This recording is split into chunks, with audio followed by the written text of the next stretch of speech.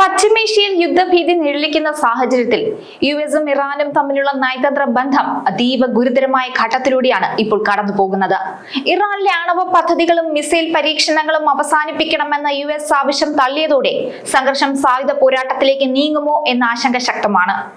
ഇതിനിടെ ഇറാനിലുള്ള സ്വന്തം പൗരന്മാരോട് അടിയന്തരമായി രാജ്യം വിടാൻ അമേരിക്ക നിർദ്ദേശം നൽകിയത് വരാനിരിക്കുന്ന വലിയൊരു സൈനിക നീക്കത്തിന്റെ സൂചനയായിട്ടാണ് ലോകം കാണുന്നത്. ഒമാനിൽ നടക്കാനിരിക്കുന്ന സമാധാന ചർച്ചകൾക്ക് തൊട്ടുമുമ്പ് ഇത്തരമൊരു സുരക്ഷാ മുന്നറിയിപ്പ് പുറപ്പെടുവിച്ചത് മേഖലയിലെ അനിശ്ചിതത്വം വർദ്ധിപ്പിക്കുന്നുണ്ട്.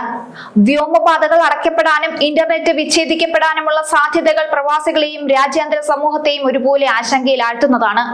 യുഎസും ഇറാനും തമ്മിലുള്ള സംഘർഷം വർദ്ധിക്കുന്ന സാഹചര്യത്തിൽ ഇറാനിലുള്ള യുഎസ് പൗരന്മാർ ഉടൻ രാജ്യം വിടണമെന്ന യുഎസ് മുന്നറിയിപ്പ് വരാനിരിക്കുന്ന ഒരു യുദ്ധത്തിന്റെ സൂചനയായിട്ടാണ് പലരും കാണുന്നത്.